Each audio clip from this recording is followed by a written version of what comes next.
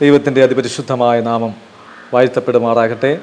Christ blesses എന്ന അനുഗ്രഹീതമായ ഈ യൂട്യൂബ് ചാനലിലൂടെ എൻ്റെ എളിയ സാക്ഷ്യത്തെ പറയുവാൻ ദൈവം എൻ്റെ ജീവിതത്തിൽ ഒരുക്കിയിരിക്കുന്ന ഈ നല്ല സമയത്തെ ഓർത്ത് ഞാൻ നന്ദിയോടെ എൻ്റെ ദൈവത്തിന് സ്തോത്രം ചെയ്യുന്നു. അതുപോലെ ഈ അവസരം എനിക്ക് തന്ന കർത്തൃദാസന്മാരെയും ഞാൻ ഈ സമയം നന്ദിയോടെ സ്മരിക്കുന്നു. കർത്താവ് അനുഗ്രഹിക്കുമാറാകട്ടെ. അതുപോലെ എന്നെ ഈ മാധ്യമത്തിലൂടെ എന്നെ ശ്രവിക്കുന്ന എല്ലാ പ്രിയപ്പെട്ടവർക്കും, എല്ലാ സഹോദരങ്ങളെയും കർത്താവ് ധാരാളമായി അനുഗ്രഹിക്കട്ടെ എന്ന് ഞാൻ പ്രാർത്ഥിച്ചു കൊള്ളുന്നു. എൻ്റെ പേര് വിൻസെൻ്റ് എന്നാണ്.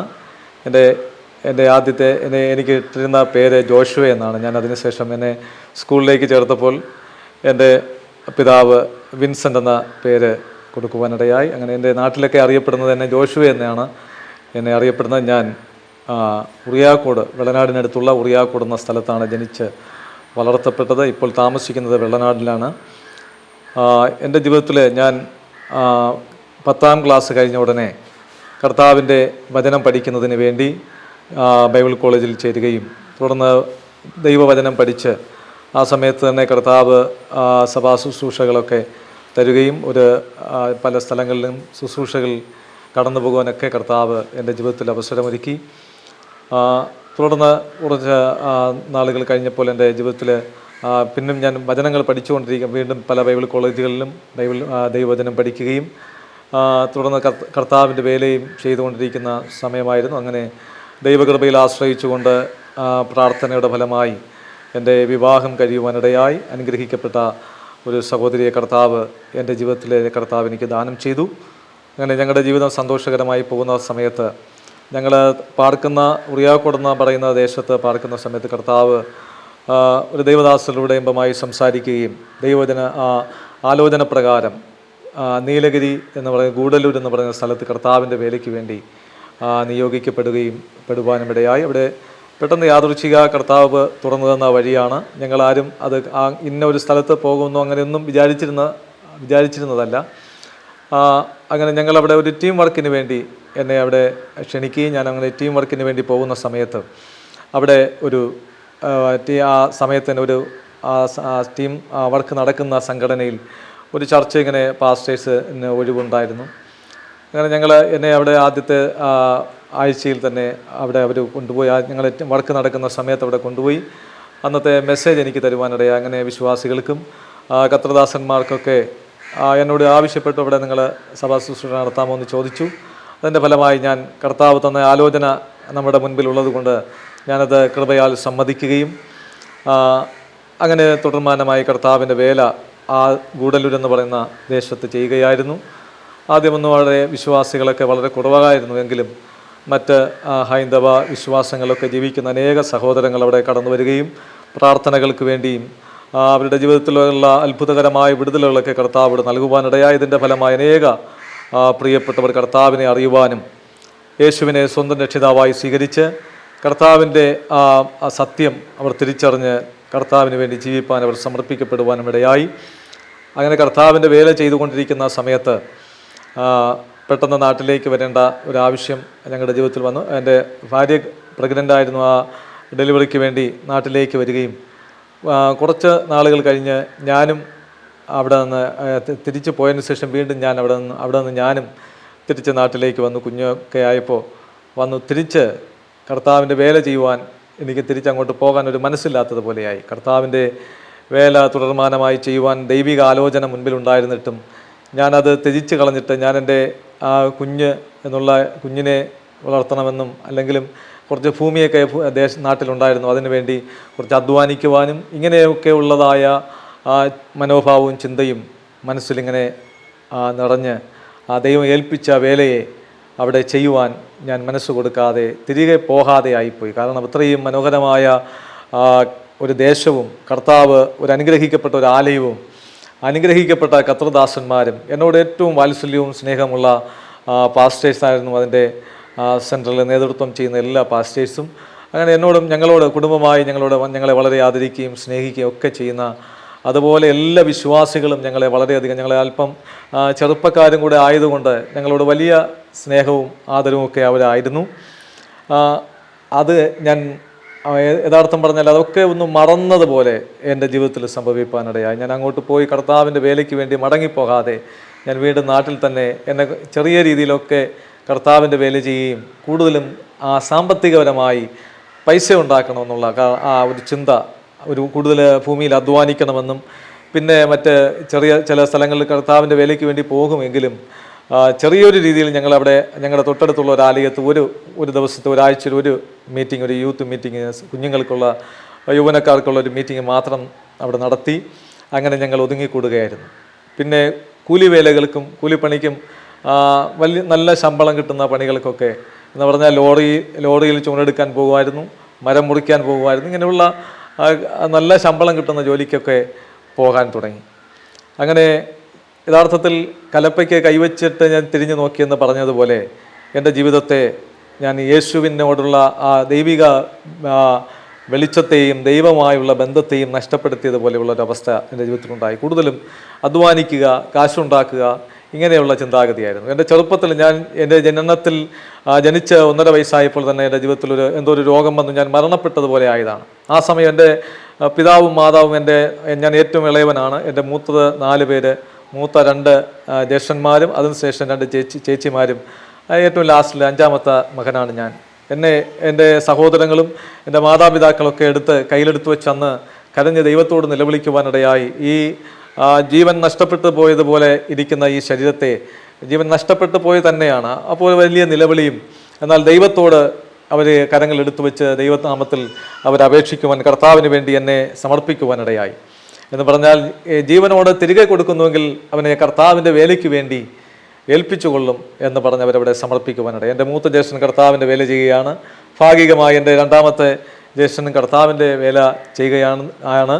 ദൈവത്തിന് സ്തോത്രം. അങ്ങനെ എന്നെ കർത്താവിന് വേണ്ടി സമർപ്പിച്ച ഒരു വ്യക്തിയാണ് ഞാൻ. തുടർമാനമായി അനേക ദൈവദാസന്മാരിലൂടെ, ദൈവമക്കളിലൂടെയൊക്കെ ദൈവിക അരുളപ്പാടുകളുടെ ഫലമായിട്ടാണ് ഞാൻ 10ാം ക്ലാസ് കഴിഞ്ഞ് സ്നാനമേറ്റ് കർത്താവിൻ്റെ വചനം പഠിക്കുവാൻ വേണ്ടി കടന്നുപോയത്. അങ്ങനെ കർത്താവ് നൽകിയ ഓരോ പടിപടിയായിട്ട് എൻ്റെ ദൈവം എന്നെ നടത്തിയ വിധങ്ങളും അതുപോലെ എന്നെ നിയോഗിച്ച ഓരോ കാര്യങ്ങളിലൂടെയായിരുന്നു ഞാൻ സഞ്ചരിച്ചു കൊണ്ടിരുന്നത്. അങ്ങനെ കർത്താവ് തന്നെയാണ് എന്നെ ഓരോ സ്ഥലങ്ങളിൽ എത്തിച്ചത്. പക്ഷേ പിന്നത്തേതിൽ എൻ്റെ ജീവിതത്തിൽ ഞാൻ പറഞ്ഞതുപോലെ ആ മനോഹരമായ ദേശത്തെയും സ്നേഹമുള്ള ദൈവമക്കളെയൊക്കെ വിട്ടിട്ട് കർത്താവ് ഏൽപ്പിച്ച ആ ദൈവവേല ഉപേക്ഷിച്ചിട്ട് ഞാൻ എൻ്റെ നാട്ടിൽ സ്ഥിരമായി താമസിക്കുവാൻ തുടങ്ങി. ഞാനും എൻ്റെ പ്രിയപ്പെട്ടുള്ള എൻ്റെ കുഞ്ഞും മാതാപിതാക്കൾ, സഹോദരങ്ങൾ ഇങ്ങനെയൊക്കെ സന്തോഷത്തോടെ പാർക്കുകയായിരുന്നു. ദൈവത്തിന് സ്തോത്രം. അങ്ങനെ ഇരിക്കുന്ന ഒരു സമയത്താണ് അങ്ങനെ ദീർഘനാളുകൾ കഴിഞ്ഞു. ഞങ്ങൾക്ക് വീണ്ടും 2 പെൺകുഞ്ഞുങ്ങളെ കൂടെ കിട്ടി. അങ്ങനെ 3 പെൺകുഞ്ഞുങ്ങളെ കർത്താവ് ദാനം ചെയ്തു. ചുരുക്കത്തിൽ പറഞ്ഞാൽ ആ സമയങ്ങളിലും ഈ കാലങ്ങളിലൊക്കെ കർത്താവിൻ്റെ വേല ഭാഗികമായി മാത്രം, ദൈവം ഏൽപ്പിച്ച അരുളപ്പാടുകൾക്കൊത്തവണ്ണം ചെയ്യാതെ ഭാഗികമായി മാത്രം ചെയ്തിട്ട് ബാക്കിയെല്ലാം മറ്റ് കൂലിവേലകൾക്കും പണികൾക്കും വേണ്ടി മാത്രം ഞാൻ ചിലവഴിച്ചു. ഭൂമിയിൽ അധ്വാനിക്കുവാനും കൃഷികൾ ചെയ്യുവാനൊക്കെ സമയം ചിലവഴിക്കുവാനൊക്കെ ഇടയായിത്തീർന്നു. പക്ഷേ കർത്താവിൻ്റെ വേലയ്ക്ക് വേണ്ടി ഞങ്ങൾ ഗൂഡല്ലൂർ പോയ സമയത്തൊക്കെ 24 മണിക്കൂറൊന്ന് വേണമെങ്കിൽ പറയാം, 24 hours കർത്താവിൻ്റെ വേലയ്ക്ക് വേണ്ടി ഒരുക്കത്തോടെയാണ് ഞങ്ങളവിടെ കർത്താവിൻ്റെ വേല ചെയ്തുകൊണ്ടിരുന്നത്. ദൈവത്തിന് മഹത്വം ഉണ്ടാകട്ടെ. എന്നാൽ അതെല്ലാം തകർത്ത് കളഞ്ഞതുപോലെ മാനസികമായി മനസ്സുകൊണ്ട് അതെല്ലാം ഉപേക്ഷിച്ചു. ദൈവത്തിന് സ്തോത്രം. എന്നാൽ ഇങ്ങനെ 3ാമത്തെ മകൾ ലഭിച്ചു. 1.5 വയസ്സ് കുഞ്ഞിനാകുന്ന സമയത്ത്, അതായത് 2002 ഈ ജൂലൈ മാസം 11-ാം തീയതി, അതിൻ്റെ 10-ാം തീയതി അന്ന് ഞാനും എൻ്റെ ഭാര്യയും കുഞ്ഞുങ്ങളൊക്കെ ഇങ്ങനെ ഉറങ്ങിക്കഴിഞ്ഞപ്പോൾ ഞങ്ങൾ രാത്രി കുറച്ച് നേരം ഇരുന്ന് പ്രാർത്ഥിക്കാറുണ്ട്. അന്ന് രാത്രി ഞങ്ങൾ കരങ്ങൾ കോർത്തു പിടിച്ചിരുന്ന ദൈവസ്ഥനിൽ പ്രാർത്ഥിച്ച കർത്താവെ, ഞങ്ങൾ ഈ ഭൗതികമായ ഇതെല്ലാം ഉപേക്ഷിച്ച് കർത്താവിൻ്റെ വേലയ്ക്ക് വേണ്ടി ഞങ്ങൾ ഇറങ്ങിയവരാണ്. ഞങ്ങൾ വീണ്ടും അതിനുവേണ്ടി ഇറങ്ങിക്കൊള്ളാം എന്ന് ഞങ്ങൾ 2 പേരും കരങ്ങൾ രാത്രി കോർത്തു പിടിച്ചിരുന്ന രാത്രി ഒരുപാട് സമയം ഇരുന്ന് പ്രാർത്ഥിച്ചു. കാരണം മറ്റൊന്നുമല്ല, ജീവിതത്തിൽ ഈ രീതിയിൽ കർത്താവിൻ്റെ വേല ചെയ്യാതെ ഞങ്ങളുടെ സ്വന്തം ദേശത്തായിരിക്കുമ്പോൾ ഭയങ്കരമായ പ്രതികൂലങ്ങളും പ്രതിസന്ധികളും എന്ന് പറഞ്ഞാൽ കുഞ്ഞുങ്ങൾക്ക് മാറി മാറി രോഗങ്ങൾ, സഹോദരങ്ങളുടെ കുഞ്ഞുങ്ങൾക്ക് രോഗങ്ങളും അസ്വസ്ഥതകളും, എൻ്റെ ഭാര്യയ്ക്കും പ്രിയപ്പെട്ടവൾക്കും ഭയങ്കര ശ്വാസമുട്ടൻ്റെ പ്രയാസം, ഇങ്ങനെയൊക്കെയുള്ള ശോധനകൾ ഒന്നിനു പുറകെ ഒന്നായി കടന്നു വന്നുകൊണ്ടിരുന്നു. അപ്പോൾ ഞങ്ങൾക്കത് മനസ്സിലായി, ഇതാണ് പ്രശ്നമെങ്കിലും കർത്താവ് പൂർണ്ണമായി ഞങ്ങളെ തുടച്ചു നീക്കാതെ ഈ പ്രതികൂലങ്ങൾ ഞങ്ങളുടെ ജീവിതത്തിൽ വരുന്നത് കർത്താവ് തരുന്ന വാണിംഗ് ആണ്.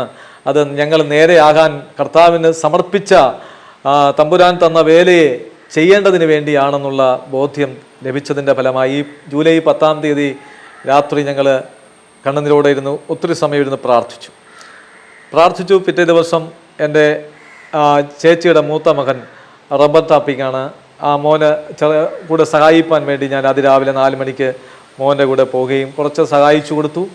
അത് കഴിഞ്ഞ് വീട്ടിൽ വന്ന ഉടനെ മൂത്ത ജ്യേഷ്ഠൻ്റെ വീട് പണി സമയമാണ്. അപ്പോൾ അതിനുവേണ്ടി ആ സമയം മുതൽ വൈകുന്നേരം വരെ ആ വീട് പണിക്ക് വേണ്ടി അങ്ങനെ ജോലി ചെയ്തുകൊണ്ട് നിൽക്കുകയായിരുന്നു. അത് കഴിഞ്ഞിട്ടാണ് ഞാൻ വീട്ടിൽ, അന്ന് എൻ്റെ ഭാര്യയ്ക്ക് ഭയങ്കരമായ ശ്വാസം മുട്ടൽ കൊണ്ടിരിക്കുന്ന സമയമാണ്. ഒന്ന് എഴുന്നേറ്റിരിക്കാൻ പോലും സാധിക്കാത്ത അവസ്ഥയിലായിരുന്നു. അങ്ങനെ ഞാൻ വൈകുന്നേരമായപ്പോൾ ഏകദേശം ഒരു 5-5:30 ആയപ്പോൾ വീട്ടിലെത്തി. വീട്ടിൽ വന്നപ്പോൾ വൈഫ് എന്നെ സന്തോഷിപ്പിക്കുവാൻ വേണ്ടി അവൾ പുറത്ത് വരാന്തയിൽ വന്ന് ഇരിക്കുകയായിരുന്നു. ഞാൻ പെട്ടെന്ന് എന്തായാലും ഹോസ്പിറ്റലിൽ പോകണമല്ലോ എന്ന് പറഞ്ഞ് ഞാൻ പെട്ടെന്ന് കുറച്ച് വെള്ളം ചൂടാക്കി ബാത്റൂമിൽ കൊണ്ടുവച്ചിട്ട് വീണ്ടും ഞാൻ ഈ പറഞ്ഞതുപോലെ പുരയിടത്ത് ഒരു കമുക് മുറിക്കുവാനുണ്ടായിരുന്നു, അടയ്ക്കാൻ മരം. അത് മുറിക്കുവാൻ വേണ്ടി അതിൻ്റെ മുകൾ ഭാഗം ഞാൻ തന്നെയാണ് മറ്റൊരു ദിവസം മുറിച്ച് കളഞ്ഞത്. എന്നാൽ അന്ന് അതിനെ മുറിക്കുവാൻ വേണ്ടി വടവും കോടാലിയും വെട്ടുവത്തിയൊക്കെ എടുത്ത് ഞാനിങ്ങനെ പോയി. അവിടെ വലിയൊരു കുളമുണ്ട്. അവിടെ നിന്ന് കുളിച്ചുകൊണ്ട് വരുമ്പോൾ വൈഫ് ഇവിടെ ഒരുങ്ങി നിൽക്കും. പെട്ടെന്ന് ഹോസ്പിറ്റലിൽ കൊണ്ടുപോകാമെന്ന് പറഞ്ഞ് ഞാൻ പോവുകയായിരുന്നു. അവിടെ പോയി കമുകിൽ കയറി ഈ മുറിച്ചു കളഞ്ഞ ഭാഗം, മുകളറ്റത്തുള്ള കുറച്ച് ഭാഗം, അതിൻ്റെ ഓലയൊക്കെ വരുന്ന ഭാഗം കുറച്ച് മുറിച്ച് കളഞ്ഞിട്ടുണ്ടായിരുന്നു. കാരണം ബാക്കി മുഴുവനോടെ ഞങ്ങൾക്ക് ആവശ്യമുണ്ടായിരുന്നു. അത് കൃഷിയുടെ ആവശ്യത്തിന് വേണ്ടി വളരെ നീളത്തോടുകൂടെ വേണമായിരുന്നു. അതുകൊണ്ട് അത് ബാക്കി ഭാഗം വിട്ടിരുന്നു. വടം കെട്ടി മുറിക്കാമെന്ന് കരുതി വടവും കൊണ്ട് ഞാനിങ്ങനെ കയറുന്ന സമയത്ത് ഈ മുറിച്ച ഭാഗം കഴിഞ്ഞ് എൻ്റെ കൈ ഞാനിങ്ങനെ ആണ് 2 കൈ ഇങ്ങനെ കൂട്ടിപ്പിടിച്ചാണല്ലോ അടയ്ക്കാൻ മരത്തിലൊക്കെ കയറുന്നത്. അങ്ങനെ കയറുന്ന സമയത്ത് മുകളിലോട്ട് പോയപ്പോൾ മുകളിലത്തെ ഭാഗം ഞാൻ തന്നെയാണ് മുറിച്ച് കളഞ്ഞത്. പക്ഷെ ഞാൻ ശ്രദ്ധിക്കുന്നില്ലായിരുന്നു. ഇന്ന് കർത്താവിൻ്റെ വേലയുടെ മുഖത്തായിരിക്കുന്ന എൻ്റെ സഹോദരിയുടെ മകൻ തന്നെ അജയൻ എന്ന് പറയുന്ന അജയൻ പാസ്റ്റർ അന്ന് കുഞ്ഞായിരുന്നു. പുള്ളി അന്ന് ചുവട്ടിലുണ്ടായിരുന്നു. അപ്പോൾ ഞാൻ അവനോട് സംസാരിച്ചു കൊണ്ടാണ് ഇങ്ങനെ കയറി പോകുന്നത്. അപ്പോൾ സംസാരിച്ച് പോകുന്ന സമയത്ത് ഈ കൈ ഇങ്ങനെ മുകളിലത്തെ ഭാഗം, ഈ മുറിച്ച ഭാഗം കഴിഞ്ഞ് മുകളിലോട്ട് പോവുകയും ഞാൻ അവിടെ നിന്ന് നേരെ താഴെ വന്ന് വീഴുവാനും ഇടയായി. 30-ലധികം അടി ഉയരമുള്ള ഏകദേശം 2-2.5 നില കെട്ടിടത്തിൻ്റെ അത്രയും പൊക്കമുള്ള ഭാഗത്തുനിന്ന് വളരെ ഉറപ്പുള്ള സ്ഥലത്തേക്ക് ഞാൻ വന്ന് വീഴുവാനിടയായി. വളരെ ആരോഗ്യത്തോടെ ഇരുന്ന ഞാൻ അന്ന്, എനിക്ക് മറ്റ് പ്രശ്നങ്ങളൊന്നും ഉണ്ടായില്ലെങ്കിലും എനിക്ക് എൻ്റെ കാലുകൾ രണ്ടും ചലനമറ്റു. കൈകൾക്കും ബലമില്ലാത്തതുപോലെ എൻ്റെ കൈകളോ കാലുകളോ തൊട്ടാൽ അറിയാത്ത ഒരവസ്ഥ ഉണ്ടായി. ഞാൻ ആ വീണ സമയത്ത് തന്നെ മറ്റ് ബോധക്ഷയമോ ഒന്നും ഉണ്ടായില്ല, വൊമിറ്റിങ്ങോ അങ്ങനെ ഒന്നും ഉണ്ടായില്ല. എൻ്റെ അപ്പച്ചനും അജയൻ പാസ്റ്റർ കുഞ്ഞായിരുന്നു, പുള്ളിയും അവിടെ ഉണ്ടായിരുന്നു, ആ സ്പോട്ടിൽ ഉണ്ടായിരുന്നു. പെട്ടെന്ന് തന്നെ അവർ മറ്റുള്ളവരെ വിളിച്ചറിയിച്ചു. പെട്ടെന്ന് മെഡിക്കൽ കോളേജ് ഹോസ്പിറ്റലിൽ തന്നെ അവിടെ നിന്ന് കൊണ്ടുപോകുവാനിടയായി. ആ കൊണ്ടുപോകുന്ന വഴിക്ക് പലരും കാറിൽ എൻ്റെ മൂത്ത ജ്യേഷ്ഠനുണ്ടായിരുന്നു, ഒപ്പം 1-2 പേരൊക്കെ കൂടെ ഉണ്ടായിരുന്നു. എൻ്റെ പിന്നാലെ ഒത്തിരി ബൈക്കുകളിലും മറ്റ് വാഹനങ്ങളും ഒക്കെ എൻ്റെ കൂടെ ഒരുപാട് പേര് കൂടെ എൻ്റെ പുറകെ വരുന്നുണ്ടായിരുന്നു. ഞാൻ സഞ്ചരിക്കുന്ന കാറിന് പുറകിലൂടെ ഒത്തിരി പേര് വരുന്നുണ്ടായിരുന്നു. അങ്ങനെ മെഡിക്കൽ കോളേജ് എത്തുന്നതിന് മുൻപേ തന്നെ ആ വീഴ്ചയുടെ സ്വഭാവം അനുസരിച്ച് എൻ്റെ ആ ശരീരം മുഴുവനും ഉടഞ്ഞതുപോലെ, എൻ്റെ ശരീരഭാഗം തൊട്ടാലൊന്നും അറിയില്ല, എൻ്റെ കൈകാലുകൾ ചലിക്കുന്നില്ല. ബോധക്ഷയം ഉണ്ടായില്ലെന്ന് മാത്രമേ ഉള്ളൂ. ബാക്കി ഞാൻ ഏത് നേരത്തും മരണപ്പെടാമെന്നുള്ള ആ അവസ്ഥയിലാണ് ഞാനപ്പോൾ. എനിക്കും അറിയാം, മിക്കവാറും എനിക്ക് മെഡിക്കൽ കോളേജ് ഹോസ്പിറ്റലുകളിൽ ഞാൻ എത്തില്ല. കാരണം ഞങ്ങൾ ഇതുപോലെ ഒരുപാട് ആക്സിഡൻറ്റ് വീഴ്ചകളൊക്കെ സംഭവിക്കുന്നവരെ ഒക്കെ ഞാൻ കണ്ടിട്ടുണ്ട്. അതിനേക്കാളും ഉയർച്ചയിൽ നിന്ന് പൊക്കമുള്ള സ്ഥലത്തു നിന്നാണ് ഞാൻ വീഴുന്നത്. അങ്ങനെ ഞാനും മനസ്സിൽ ചിന്തിക്കുന്നത് ഞാനും മെഡിക്കൽ കോളേജ് വരെ എത്തില്ല എന്ന് വിചാരിക്കുകയാണ്. 10-15 കിലോമീറ്ററോളം ഞങ്ങൾ പാർക്കുന്ന സ്ഥലത്ത് എന്നെ ആ സ്ഥലത്ത് നിന്ന് കൊണ്ടുപോകാനുണ്ട്. പെട്ടെന്ന് വീട്ടിലൊന്നും അറിയിച്ചില്ല. പക്ഷേ അവിടെ നിന്ന് എൻ്റെ അപ്പച്ചനും എൻ്റെ മൂത്ത ജ്യേഷ്ഠനൊക്കെ കൂടെ ഞങ്ങളുടെ പുരയിടത്ത് തന്നെ കൊണ്ട് ഹോസ്പിറ്റലിലേക്ക് കൊണ്ടുപോകാനിടയായി. ഭാര്യയോട് കാലിൽ ഒരു ചെറിയൊരു മുറിവുണ്ടായി എന്ന് മാത്രം വീട്ടിലെ അമ്മച്ചിയോടും സഹോദരിമാരോടും ഒക്കെ പറഞ്ഞിട്ട് അത് ഹോസ്പിറ്റലിൽ കൊണ്ടുപോയി പെട്ടെന്ന് കൊണ്ടുവരുമെന്ന് മാത്രം പറഞ്ഞ് മെഡിക്കൽ കോളേജിൽ കൊണ്ടുപോകാനിടയായി. അവിടെ കൊണ്ടുപോയപ്പോൾ തന്നെ അവർക്ക് ഒരു പ്രതീക്ഷയുമില്ല. പോകുന്ന വഴിക്ക് ഒരു ഡോക്ടറിനെ കാണിച്ചു. കാണുന്ന ഡോക്ടർ അവിടുന്ന് റിട്ടയർഡായ ഒരു ഡോക്ടറാണ്. പുള്ളിയെ കാണിച്ചു. അദ്ദേഹം പറഞ്ഞു ഇത് ഒരു പ്രതീക്ഷയില്ല, വളരെ ശോചനീയ അവസ്ഥയാണെന്ന്. ഇതെല്ലാം എനിക്ക് കേൾക്കാം, പക്ഷേ എൻ്റെ കൈകാലുകൾ ചലിക്കുന്നില്ലെന്ന് മാത്രമേ ഉള്ളൂ. ഞാനിത് കേട്ടുകൊണ്ട് എൻ്റെ അപ്പൻ്റെ മടിയിൽ ഞാനിങ്ങനെ കിടക്കുകയാണ്. ദൈവനാമത്തിന് മഹത്വം ഉണ്ടാകട്ടെ. അവിടെ പോയി അവരെ പെട്ടെന്ന് ഹോസ്പിറ്റലിൽ എത്തിച്ചു. പെട്ടെന്ന് പ്രാഥമികമായി കുറച്ച് ട്യൂബുകളൊക്കെ ശരീരത്തിൽ ഘടിപ്പിക്കണമായിരുന്നു. യൂറിൻ്റെയും മറ്റ് കാര്യങ്ങൾക്കായി പെട്ടെന്ന് അത്യാവശ്യമായി ട്യൂബുകൾ ഇങ്ങനെ ശരീരത്തിൽ ഘടിപ്പിച്ചു. വാർഡിലേക്ക് ഒരു പ്രത്യേക വാർഡിലേക്ക് എന്നെ കൊണ്ടുപോയി കിടത്തി. അത്യാഹിതമായി ഉള്ള ശുശ്രൂഷകളൊന്നും അവരെപ്പോഴും ചെയ്തില്ല. കാരണം ഇത് ജീവനെ കിട്ടില്ല എന്നവർക്ക് ബോധ്യമുണ്ട്. അവർ പറഞ്ഞത് ഇതൊരു 2.5 മണിക്കൂറിനുള്ളിൽ മരണപ്പെടും എന്നാണ് അവിടുത്തെ ഡോക്ടറൊക്കെ പറയുന്നത്. ഞാൻ കേൾക്കുന്നില്ല എന്ന് കരുതിയായിരിക്കാം അവരെ ഉച്ചത്തിലാണ് പറഞ്ഞത്. അതെനിക്ക് കേൾക്കാൻ സാധിച്ചു. ഞാൻ ഇങ്ങനെ കണ്ണടച്ച് കിടക്കുന്നെങ്കിലും എനിക്കത് കേൾക്കാൻ കഴിയും. അങ്ങനെ ഈ 2.5 മണിക്കൂർ എന്ന് പറഞ്ഞവരിവിടെ വിധി എഴുതുവാനിടയായി. ഈ ട്യൂബുകളൊക്കെ ഓടുകൂടെയാണ് എന്നെ വാർഡിലേക്ക് കൊണ്ടുപോയി കിടത്തി അവർ ഈ 2.5 മണിക്കൂറായിട്ടും എനിക്കൊന്നും സംഭവിക്കുന്നില്ല. പിറ്റേന്ന് നേരം വെളുത്തു. അപ്പോൾ ഭാര്യ അറിഞ്ഞു. അവർ പെട്ടെന്ന് തന്നെ എന്നെ കാണിക്കുവാൻ വേണ്ടി ഞാനും അവിടെ കിടന്ന് ആവശ്യപ്പെട്ടു. എനിക്ക് അവരെ കാണണം എന്ന് പറഞ്ഞതിൻ്റെ ഫലമായി പെട്ടെന്ന് ഞാൻ കിടന്ന ആ വാർഡിലേക്ക് അവരെ കൊണ്ടുവന്നപ്പോഴും ഞാൻ ചിരിച്ച മുഖത്തോടെ ഞാൻ പറയുകയാണ്, എനിക്കൊന്നുമില്ല, സംസാരിക്കാനൊക്കെ പറ്റുന്നുണ്ട്, എനിക്കൊന്നുമില്ല, ഞാൻ പെട്ടെന്ന് ഇതിൽ നിന്ന് സൗഖ്യമാകും എന്നൊക്കെ പറഞ്ഞ് ഞാനും ചിരിച്ച മുഖത്തോടെ തന്നെ ഞാൻ അവരോട് സംസാരിപ്പാനിടയായി. അങ്ങനെ പിന്നെ എനിക്ക് തുടർമാനമായുള്ള ചികിത്സ എന്ന് പറഞ്ഞാൽ പിന്നെ വലിയ സ്കാനിങ് ഒക്കെ എടുത്തു. സ്കാനിങ്ങിലൂടെയൊക്കെ പറയുന്നത് ഇത് മണിക്കൂറുകളായെങ്കിലും ഇത് രക്ഷപ്പെടാൻ ചാൻസ് ഇല്ല, കൂടിപ്പോയാൽ ഒരു 72 മണിക്കൂർ എന്നാണ് അവരുടെ പഠനമനുസരിച്ച് പിന്നെ അവസാനമായി പറഞ്ഞത്. 72 മണിക്കൂർ 3 ദിവസത്തെ കാലാവധി അവർ പറഞ്ഞു. എന്നാൽ സ്കാനിങ്ങിൻ്റെ റിപ്പോർട്ടിലൊന്നും ഒരു പ്രതീക്ഷകളുമില്ല. അത്രമാത്രം ശരീരത്തിൽ ഒരു പ്രതിരോധിക്കുവാൻ മരുന്നുകളോടോ മറ്റ് ആരോഗ്യത്തിലേക്ക് മടങ്ങി വരുമെന്നുള്ള ഒരു കാര്യവുമില്ല. അവരുടെ പ്രാഥമികമായി അവർ കണ്ടുപിടിച്ച് തന്നെ എൻ്റെ സുഷുമ്ന നാഡി തകർന്നു പോയി. അതിൻ്റെ ഫലമായി തകരുകയും ഈ കൈകാലുകൾ ചലനമറ്റതായി തീരുവാനും ഇടയായി എന്ന് പറഞ്ഞു. അതിൻ്റെ ഫലമാണ് ബാക്കി എല്ലാ കാര്യങ്ങളും ബ്ലോക്കായി, ശരീരം മുഴുവനും എല്ലാ ഫംഗ്ഷനുകളും നിലയ്ക്കുവാനിടയായി. സംസാരിപ്പാൻ കഴിയുന്നു, കേൾക്കുവാൻ കഴിയുന്നു, കാണുവാൻ കഴിയുന്നു എന്നുള്ളതല്ലാതെ മറ്റൊന്നിനും ശാരീരികമായി എൻ്റെ ശരീരം അത്രത്തോളം തകർന്നു പോയി. അപ്പോൾ ഈ 3 ദിവസം കഴിഞ്ഞിട്ടും, ചുരുക്കി പറഞ്ഞാൽ 3-ാമത്തെ ദിവസവും എൻ്റെ ജീവിതത്തിൽ ഞാൻ മരണപ്പെടുന്നില്ല, എൻ്റെ ജീവൻ കിടക്കുകയാണ്.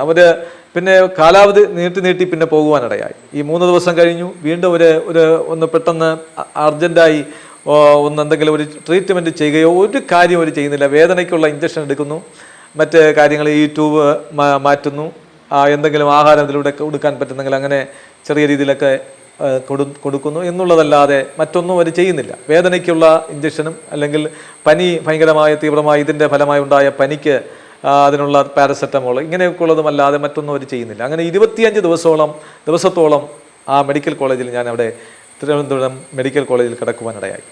അവിടെ ഈ 25 ദിവസം അവർ പറയുന്നത് കാഷ്വാലിറ്റി എന്ന് പറയുന്ന അത്യാഹിത വിഭാഗത്തിൽ പണി നടക്കുകയാണ്. അവിടെ ഇന്നും പലരോടും അങ്ങനെ അവർ പറയുന്നതായി ഞാൻ കേട്ടിട്ടുണ്ട്. അവിടെ അങ്ങനെ നടക്കുകയാണ്. കാരണം ഇത് പ്രതീക്ഷയറ്റ ഒരു അവസ്ഥയായതുകൊണ്ട് അവരങ്ങനെ പറഞ്ഞാണ്. അതിനുശേഷം ഒത്തിരി പേരെ അവിടെ ട്രീറ്റ്മെൻറ്റ് ചെയ്യുകയും ഇവിടെ ഓപ്പറേഷൻ ചെയ്യുകയും അവരെ കമ്പിയിടുകയും ഒക്കെ ചെയ്ത് എനിക്കറിയാം.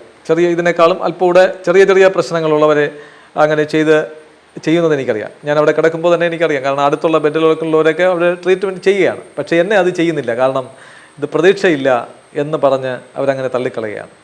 പിന്നെ 25-ാമത്തെ ദിവസം എൻ്റെ ശരീരം പല ഭാഗവും കിടന്നുള്ള ആ ബെഡിലിങ്ങനെ കിടക്കുന്നതിൻ്റെ ഫലമായി പൊട്ടി പലയിടവും ചെറിയ വ്രണങ്ങൾ ഉണ്ടാകുവാൻ തുടങ്ങി. ഈ വ്രണങ്ങൾ വന്നപ്പോൾ ഭാര്യ കണ്ട് ഒത്തിരി സങ്കടപ്പെട്ടു.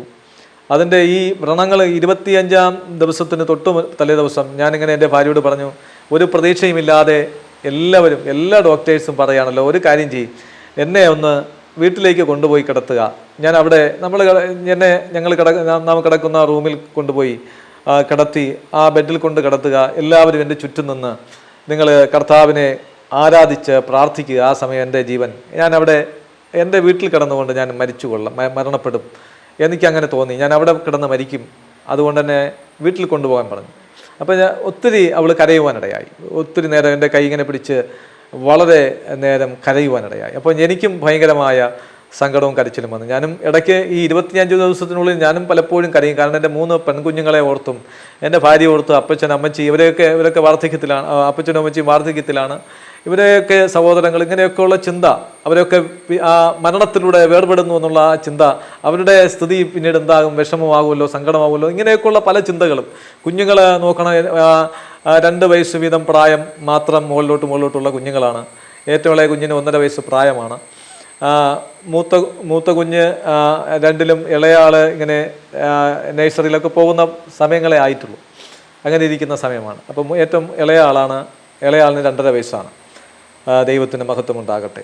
ആ സമയത്ത് ഞാൻ പറഞ്ഞു, എന്നെ അവിടെ കൊണ്ട് കിടത്തുക, നിങ്ങളെല്ലാവരും കരങ്ങളടിച്ച് നമ്മളെന്നും പാടി ആരാധിക്കുന്നത് പോലെ, സന്ധ്യാപ്രാർത്ഥന പോലെ പ്രാർത്ഥിക്കുന്ന സമയത്ത് നിങ്ങൾ ചുറ്റും നിന്ന് ദൈവത്തെ പാടി ആരാധിക്കുന്ന സമയം ഞാൻ മരണപ്പെടും, ഞാൻ കർത്താവിന് സന്നിധിയിൽ എത്തും എന്ന് പറഞ്ഞ സമയത്താണ് ഈ സങ്കടം വന്നത്. ഞാനും ഇങ്ങനെ ഈ കിടക്കുന്ന സമയത്തൊക്കെ അപ്പോഴപ്പോഴായി കരയും.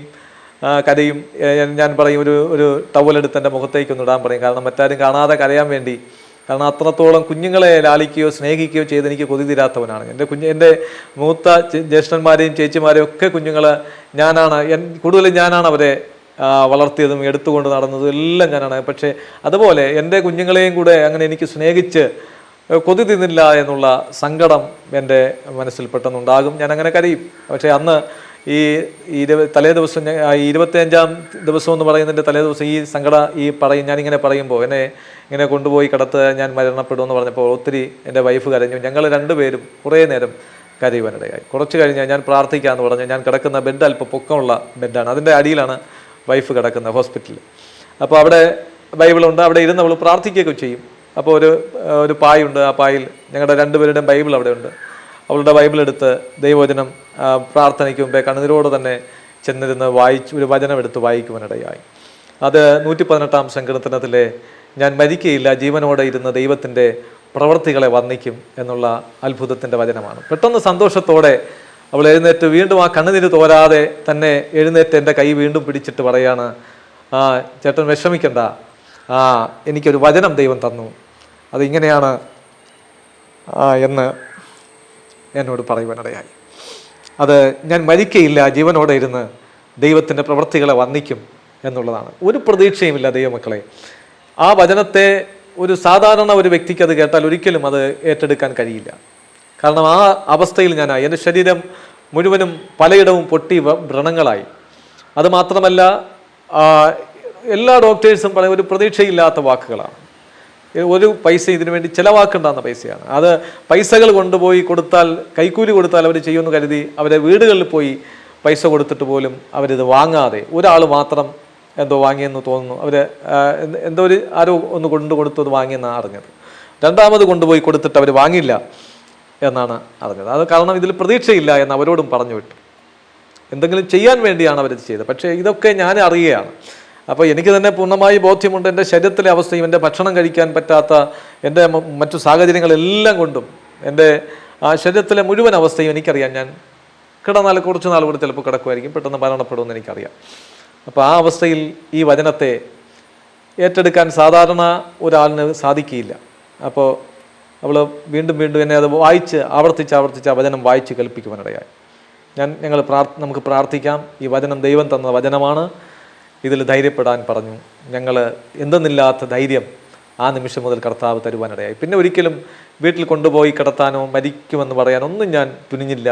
കർത്താവ് തന്ന വചനത്തിൽ ആശ്രയിച്ചവൻ. എന്തായാലും ഒരു മനുഷ്യന് മരണമുണ്ട്, പക്ഷേ ഈ രോഗം മുഖാന്തരം ആ സമയത്ത് മരിക്കില്ല എന്നുള്ള ആ വചനമാണ് കർത്താവ് മരിക്കാതെ, ആ സമയം മരിക്കാതെ കർത്താവിൻ്റെ പ്രവൃത്തിയെ വർണ്ണിക്കുവാൻ ദൈവം ആയുസ്സ് തരും എന്നുള്ളതാണ് ആ വചനത്തിലൂടെ ഞങ്ങൾ ഏറ്റെടുക്കുവാനിടയായത്. എന്നാലും എനിക്കൊരു മരണമുണ്ട്, എൻ്റെ കർത്താവിൻ്റെ വരവിന് താമസമാണെങ്കിൽ ലോകത്ത് ഞാൻ മരിക്കപ്പെടണം. എന്നാൽ ജീവനോടെ ഇരിക്കുമ്പോഴാണ് കർത്താവ് വരുന്നുവെങ്കിൽ കർത്താവിനെ എതിരേൽക്കുവാൻ നമ്മൾ എടുക്കപ്പെടും എന്നുള്ള ആ പ്രത്യാശയും ഇതെല്ലാം കൊണ്ട് മനസ്സിൽ ഉറയ്ക്കുവാനിടയായി. ദൈവത്തിന് മഹത്വം ഉണ്ടാകട്ടെ. ആ വചനപ്രകാരം അന്ന് തന്നെ പിറ്റേ ദിവസം 25-ാമത്തെ ദിവസം മറ്റൊരു ഹോസ്പിറ്റലിലേക്ക് കൊണ്ടുപോകാം, ഒരു പ്രൈവറ്റ് ഹോസ്പിറ്റലിലേക്ക് കൊണ്ടുപോകാമെന്ന് വൈഫ് പറഞ്ഞു. എന്തായാലും ഇനി ഇവിടെ കിടത്തണ്ട, കാരണം ശരീരത്തിൻ്റെ ഭൂരിഭാഗം ഇടങ്ങളിലും ഈ കിടന്നുള്ള ഇറക്ഷൻ്റെ പുറത്ത്, ഈ ബെഡിൻ്റെ പുറത്ത് കിടന്നൊക്കെ ആയിരിക്കാം. അത് പോയിട്ട് ജീവനറ്റ ശരീരം പോലെ കിടക്കുകയാണ്. ഒരു ശവശരീരം കിടക്കുന്ന പോലെയാണ് കിടക്കുന്നത്. ഒരുപാട് ശരീരം മെലിയുവാനിടയായി. ആയസ്റ്റികൂടം പോലെ എൻ്റെ ശരീരമായി. എങ്കിലും എന്നെ ഒന്ന് ചരിച്ച് കിടത്തണമെങ്കിൽ 3 പേരുടെ സഹായം വേണം. കാരണം ഈ നട്ടലിൻ്റെ സെൻട്രൽ ഭാഗം പൊട്ടി 3 ഭാഗമായി കിടക്കുന്ന പോലെയാണ് ഞാൻ കിടക്കുന്നത്. അപ്പോൾ ഒരാൾ കാലിങ്ങനെ ഒന്ന് മടക്കി ഒരു സൈഡിലേക്ക് ചരിക്കുമ്പോൾ ഒരാൾ ഷോൾഡർ പിടിക്കണം, ഷോൾഡറും തലയും കൂടെ പിടിക്കണം. ഒരാൾ ഈ പൊട്ടിയിരിക്കുന്ന ഭാഗം ഇങ്ങനെ പതുക്കെ പിടിച്ച് ചരിക്കണം. അത്രമാത്രം വേദനയും കൂടെ ഈ സമയത്ത് വല്ലാത്ത വേദന കൊണ്ട് നിറഞ്ഞു കിടക്കുകയാണ്. ദൈവത്തിന് സ്തോത്രം. ആ സമയത്താണ് എന്നെ മറ്റൊരു ഹോസ്പിറ്റലിലേക്ക് കൊണ്ടുപോകാമെന്ന് വൈഫ് പറഞ്ഞു. അവരൊരു തീരുമാനമെടുത്തു. SP എല്ലാവർക്കും അറിയാം, ഇന്നും ആ ഡോക്ടർ അവിടെ ഉണ്ട്. അതുകൊണ്ട് പറയുന്നതൊന്നും ഒരുപാട് സാക്ഷ്യങ്ങൾ ഇതിൻ്റെ പുറകിൽ, ഒരുപാട് സാക്ഷികൾ ഇതിൻ്റെ പുറകിലുണ്ട്. ദൈവത്തിന് സ്തോത്രം. SP ഫോർട്ട് ഹോസ്പിറ്റലിലേക്ക് കൊണ്ടുപോയി. ഇന്നും ജീവിച്ചിരിക്കുന്ന വിദഗ്ധനായ ചെറിയൻ ഡോക്ടർ എന്ന് പറയുന്ന ഡോക്ടറെ അടുത്ത് എൻ്റെ റിസൾട്ടുകളെല്ലാം കൊണ്ട് കാണിച്ചു. അദ്ദേഹം വിചാരിച്ചു 3 ദിവസമേ ആയിട്ടുള്ളതെന്നാണ്. അപ്പോൾ പോയി അവർ ആദ്യം പോയി പറയുകയാണ് ചെയ്തത്. പറഞ്ഞപ്പോൾ അദ്ദേഹം വിചാരിച്ചത് 3 ദിവസമേ ആയിട്ടുള്ളൂ. 3 ആഴ്ച കഴിഞ്ഞു എന്നാണ് പോയി പറഞ്ഞ് ഇവിടെ കൊണ്ടുവരട്ടോ എന്നാണ് ചോദിച്ചത്. റിസൾട്ടൊന്നും കൊണ്ടുപോയില്ല. എൻ്റെ മൂത്ത ജ്യേഷ്ഠൻ ആരോ അവിടെ പോയി ചോദിച്ചു, കൂട്ടുകാരോ ആരോ അവിടെ പോയി ചോദിക്കുവാനിടയായി. അപ്പോൾ പോകാനാണ് പറഞ്ഞത്. ഇപ്പോൾ കൊണ്ടുപോയി. അപ്പോഴാണ് എൻ്റെ റിസൾട്ടുകളെല്ലാം, ഈ സ്കാനിങ്ങിൻ്റെയും മറ്റു റിസൾട്ടുകളെല്ലാം എടുത്ത് ഡോക്ടറിനെ കാണിച്ചു. അപ്പോഴാണ് അവർ അറിയുന്നത് 25 ദിവസമായിരിക്കുന്നു. അത് മാത്രമല്ല, ഈ സ്കാനിങ് റിപ്പോർട്ടൊക്കെ കണ്ടപ്പോൾ ഒരു പ്രതീക്ഷയും അവർക്കുമില്ല. ഇന്ന് ഡോക്ടർ ജീവിച്ചിരിപ്പുണ്ട്. എന്നെ കേൾക്കുന്ന ഡോക്ടേഴ്സിനൊക്കെ പരിചയമുണ്ടെങ്കിൽ അദ്ദേഹത്തോട് ചോദിക്കാം. അദ്ദേഹത്തിന് 1000 ആൾക്കാരെ ഇങ്ങനെ പോകുന്നുണ്ട്. ഒരുപക്ഷെ എന്നെ ഓർമ്മ കാണില്ല, എങ്കിലും എന്നെ പ്രത്യേകിച്ച് ഓർമ്മിക്കാൻ ചില കാര്യങ്ങൾ ദൈവം അവിടെ നടത്തുവാനിടയായി. അങ്ങനെ എന്നെ അവിടെ കൊണ്ടുപോയി. അന്ന് സന്ധ്യയായപ്പോൾ എന്നെ അദ്ദേഹം ലിഫ്റ്റ് വഴി മറ്റൊരു റൂമിലേക്ക് മുകളിൽ കൊണ്ടുപോയിട്ട് ഡോക്ടർ ഇരിക്കുന്നതിൻ്റെ അടുത്ത് കൊണ്ടുപോയി എന്നോട് ചോദിച്ചു, വിൻസെൻ്റെ, ഇത്രയും അവസ്ഥയായിരിക്കുകയാണ്, ഇത് ഓപ്പറേഷൻ ചെയ്യണമോ? ചെയ്താലും നിനക്കൊരിക്കലും എഴുന്നേറ്റിരിക്കുവാൻ പോലും സാധിക്കില്ല. ഇപ്പോൾ ഓപ്പറേഷൻ ചെയ്ത് നമുക്ക് കമ്പികളൊക്കെ ഇട്ടാൽ നിനക്ക് കിടക്കാനേ സാധിക്കുള്ളൂ, എണീറ്റിരിക്കാൻ സാധിക്കില്ല. ആ അവസ്ഥയായിപ്പോയി എന്ന് പറഞ്ഞു. കാരണം ശരീരം മുഴുവനും ബലഹീനപ്പെട്ടു പോയി. ഒന്ന് ഇരിക്കണമെങ്കിൽ കൈക്കെങ്കിലും ഒന്ന് ചെറിയ ബലം വേണം, അല്ലെങ്കിൽ ഇരിക്കുവാനുള്ള അരയ്ക്ക് ചെറിയൊരു സ്വാധീനമെങ്കിലും ഉണ്ടെങ്കിൽ നമുക്കൊന്ന് ഇരിക്കാൻ പറ്റുള്ളൂ. ഇരിക്കാൻ സാധിക്കില്ല. നട്ടലും അത്ര ശോചനീയ അവസ്ഥയിലാണ് നട്ടലിൻ്റെ അവസ്ഥയെന്ന് പറഞ്ഞു. അപ്പോൾ ഞാൻ പറഞ്ഞു, എന്തായാലും വലിയ പ്രതീക്ഷയോടെയാണ് എൻ്റെ ഭാര്യ ഇവിടെ കൊണ്ടുവന്നത്. ഞാൻ പറഞ്ഞു ധൈര്യമായിട്ട് ചെയ്യാൻ പറഞ്ഞു. കാരണം കർത്താവ് തന്ന വചനം ഇതിൻ്റെ പുറകിൽ കിടക്കുന്നതുകൊണ്ട് ആ ബലത്തിൽ ഞാൻ പറഞ്ഞു ഓപ്പറേഷൻ ചെയ്യാൻ പറഞ്ഞു. കമ്പിയിടാമെങ്കിൽ ഇടാൻ പറഞ്ഞു. അവർ കമ്പി ഇട്ടു. എന്നിട്ട് അവർക്ക് യാതൊരു പ്രതീക്ഷയുമില്ല. അവർ 3-4 നാളുകൾ കഴിഞ്ഞിട്ട് കുറേ ട്യൂബുകളൊക്കെ എണ്ണങ്ങൾ ശരീരത്ത് കൂടി. ശരീരം പുറകിൽ നട്ടലിൻ്റെ ഭാഗം മുകളിൽ ഏകദേശം ഈ ഷോൾഡറിൻ്റെ ഭാഗം മുതൽ താഴേറ്റം വരെ കീറിയാണ് കമ്പികൾ ഇട്ടത്. കമ്പികളല്ല, 2 പ്ലേറ്റ് പോലെയുള്ള സാധനങ്ങളെന്തോ നമ്മളെങ്ങനെ ഇതിൽ സ്കാനിങ് പിന്നെ എക്സ്റേ എടുത്തപ്പോഴാണ് പിന്നീട് അത് കാണുവാനായിട്ട്. കമ്പി ആയിട്ടല്ല, അങ്ങനെ അത് നട്ടലിൻ്റെ 2 ഭാഗത്തേക്ക് അതിട്ട് അവർ സ്ക്രൂ കൊണ്ട് മുടുക്കി വെച്ചിരിക്കുകയാണ്. അപ്പോൾ ഇത് കഴിഞ്ഞു. ഈ ട്യൂബുകളുടെയൊക്കെ എണ്ണം കൂടി. അപ്പോൾ അത് കഴിഞ്ഞാൽ പിന്നും കുറേ നാളുകൾ കൂടെ അവിടെ കിടന്നതിന് ശേഷം അവർ വീട്ടിലേക്ക് വിട്ടു. ഒരു മാറ്റവും ശരീരത്തിനില്ല. അസ്വസ്ഥതകളൊക്കെ കൂടിയതല്ലാതെ കുറഞ്ഞത് ഒരിക്കലും പറയാൻ പറ്റാത്ത അവസ്ഥ ശരീരത്ത് വന്നു. അകത്തെ ആത്മീകമായി കർത്താവ് വചനത്തിലൂടെ പ്രിയപ്പെട്ടവരോട് തന്ന വചനത്തിലൂടെയും ദൈവം പിന്നീട് ഉറപ്പിച്ച അനേക വചനങ്ങളിലൂടെ ഉള്ള ഉറപ്പും ധൈര്യവും അല്ലാതെ ശാരീരികമായ ഒരു മനുഷ്യൻ കണ്ടാൽ, ആര് കണ്ടാലും, ഒരു സ്നേഹമുള്ള ഒരു വ്യക്തി വന്ന് കണ്ടാൽ പറയും അവൻ മരിച്ചെങ്കിലെന്ന് ചിന്തിക്കും. കാരണം അത്രമാത്രം ശോചനീയ അവസ്ഥയാണ് എൻ്റെ ശരീരം അന്ന് കാണുവാനിടയായത്.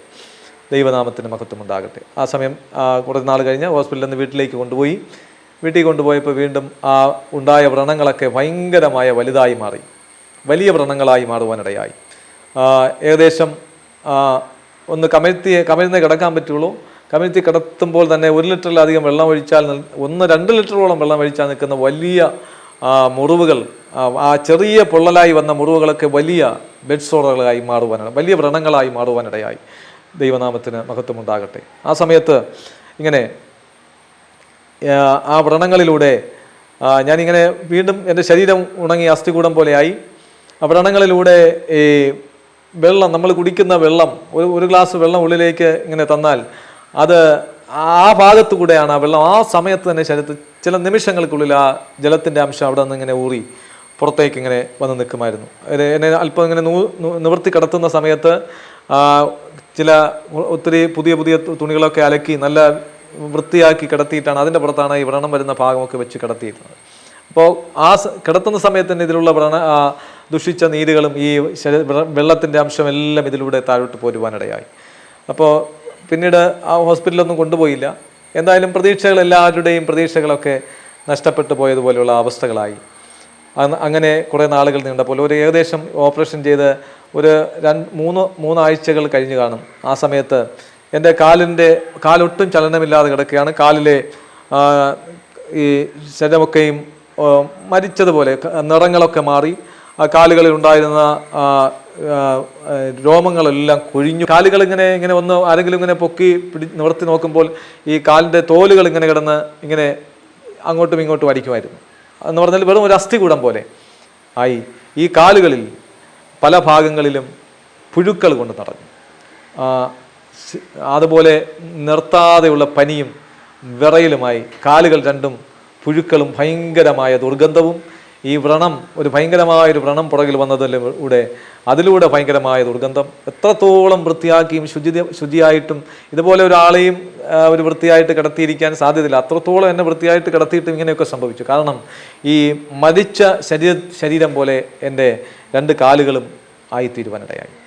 പല ഈ പുഴുക്കൾ കൃമികളിരുന്ന് തുരക്കുന്ന അത് എൻ്റെ വൈഫ് കണ്ടുപിടിക്കുവാനിടയായി. എൻ്റെ ശരീരം ഇങ്ങനെ തുടച്ചുകൊണ്ടിരിക്കുന്ന സമയത്ത് ഇങ്ങനെ കൃമികളുടെ ഹോള്, അതിൻ്റെ ദ്വാരം ഇങ്ങനെ കണ്ടു. അതിൻ്റെ തല ഇങ്ങനെ കാണുവാനിടയായി. അപ്പോഴാണ് പെട്ടെന്ന് മറ്റൊരു പ്രൈവറ്റ് ഹോസ്പിറ്റലിലേക്ക് ഇനി കൊണ്ടുപോയാൽ മതി, എന്തായാലും ഇനി ഗവൺമെൻറ് ഹോസ്പിറ്റലിൽ കൊണ്ടുപോയി ഇങ്ങനെയാണല്ലോ എന്നെ അവിടെ ചികിത്സിക്കാതെ 25 ദിവസത്തോളം ഇട്ടല്ലോ എന്നൊക്കെ പറഞ്ഞ് ഒരു പ്രൈവറ്റ് ഹോസ്പിറ്റൽ, ഞങ്ങളുടെ ഒരു ഫ്രണ്ടാണെങ്കിലും ഫ്രണ്ട് പോലെയാണ്, വളരെ വളരെ സ്നേഹിതനായ ഒരു ഡോക്ടർ വെള്ളനാട് ഹോസ്പിറ്റലിൽ ഇപ്പോഴും അവരുണ്ട്, സഞ്ജീവി എന്ന് പറയുന്ന ഹോസ്പിറ്റലിലേക്ക് കൊണ്ടുപോയി.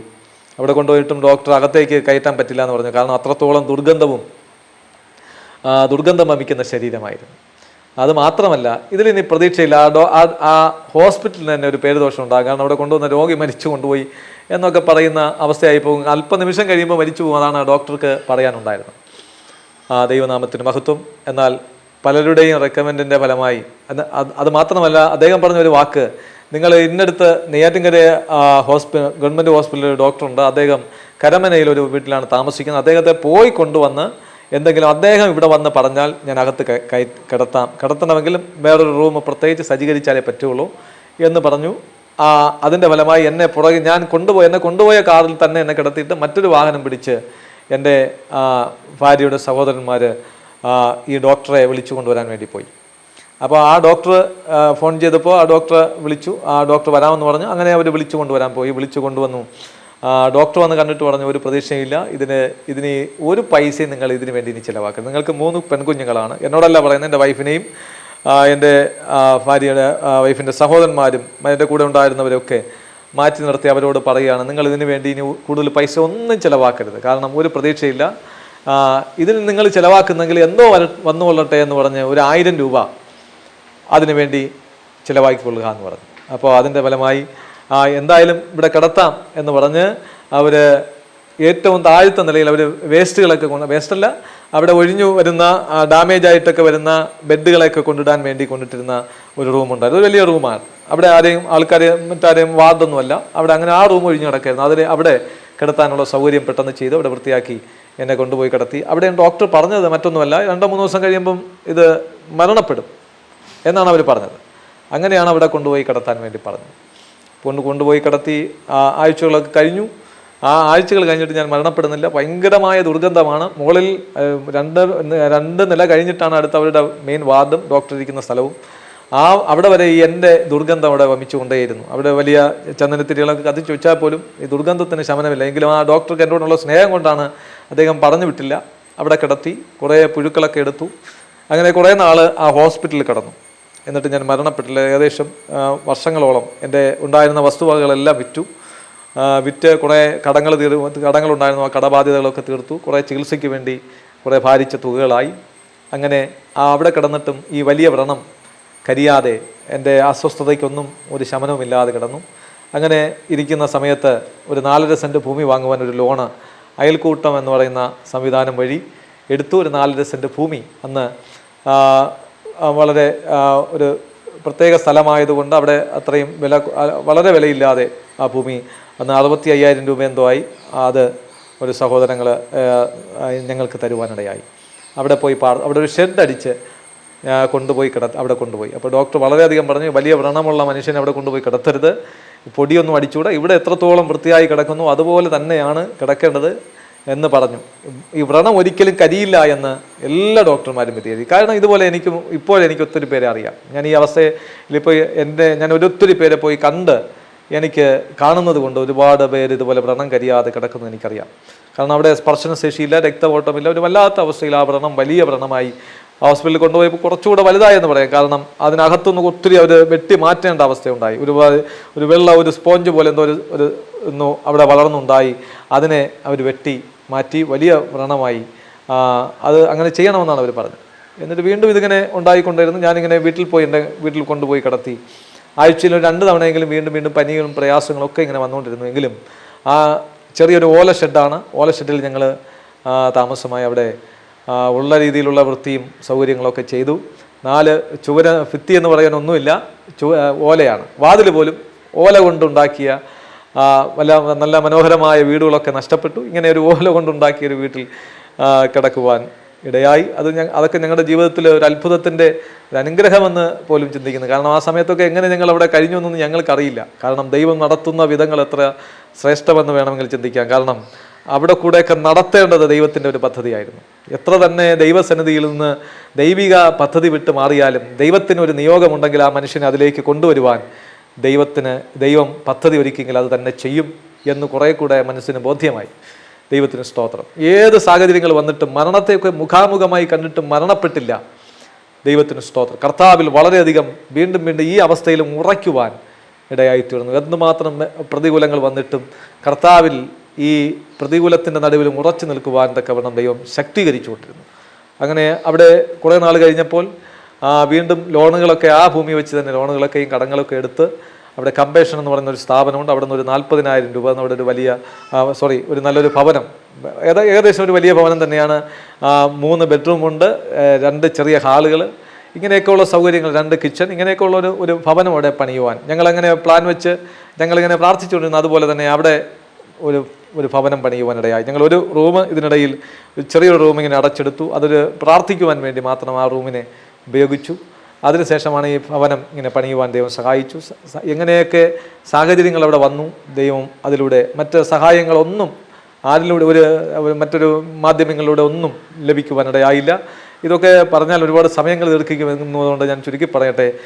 ഏഷ്യാനെറ്റ് എന്ന് പറയുന്ന ഒരു ചാനലിൽ അന്ന് എന്നെ ആ ഷെഡിൽ ഞാൻ അന്ന് ഈ വ്രണങ്ങളും ഇങ്ങനെയൊക്കെ കിടക്കുന്ന ആ അവസ്ഥ കാണിച്ചു. അതിൽ അവർ കണ്ണാടി എന്ന് പറയുന്ന ഒരു പ്രോഗ്രാമാണ്, അതിൽ കാണിക്കുകയും ലക്ഷക്കണക്കിന് രൂപ അതിൽ വന്നിട്ടുണ്ടെന്ന് അതിൻ്റെ അവതാരകൻ ഞങ്ങളെ ഒരിക്കൽ ഒരു ഉദ്ഘാടന വേദിയിൽ എന്നെ അവിടെ കൊണ്ടുപോയി അപ്പോൾ അവിടെ വെച്ച് പറയുവാനിടയായി. അദ്ദേഹം പറഞ്ഞു, വിഷമിക്കേണ്ട, ഇതൊക്കെ മാറും, നല്ല രീതിയിൽ നല്ല സാമ്പത്തികമായുള്ള സഹായം ലഭിക്കുമെന്നൊക്കെ പറഞ്ഞു. ഞാൻ ഷെഡിലായിരിക്കുന്ന സമയത്താണ്.